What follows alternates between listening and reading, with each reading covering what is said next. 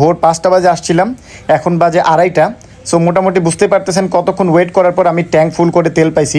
আর এই হচ্ছে Sumatra feeling স্টেশনের তেলের তথ্যাদি, মানে এখানে কত পরিমাণ তেল প্রতিদিন থাকে। তেলের পাম্পগুলোতে বর্তমান যে অবস্থা, আসলে 4 ঘন্টা 5 ঘন্টা সিরিয়াল ধরেও তেল পাওয়া যাচ্ছে না। সো আজকে তেল নেওয়ার উদ্দেশ্যে আমি একবারে ফজরোক্ত নামাজ পড়েই একদম সকাল সকালে চলে আসলাম পাম্পে।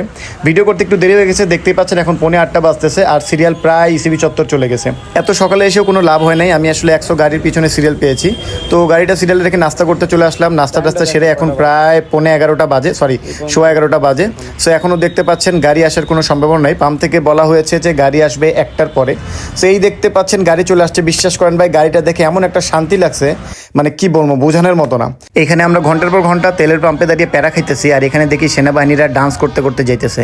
জানি না কি জন্য আনন্দ লাগছে তাদের মনে। পাম্পে ঢুকে গেছি, পাম্পে দেখতে পাচ্ছেন 2টা নজেল বন্ধ। এই পাম্পে মূলত 4টা নজেল দিয়ে দেয়।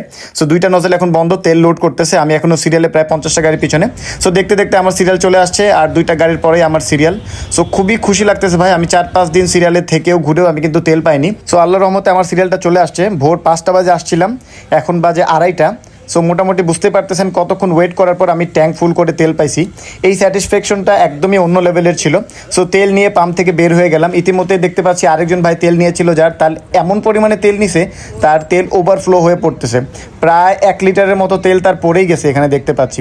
আর ট্যাঙ্ক থেকে দেখেন অঝরে, এখানে কিন্তু কোনো লাইন খোলা না, জাস্ট মনে ট্যাঙ্ক লিক হয়ে গেছে, ট্যাঙ্ক থেকে অঝরে তেল পড়তেছে।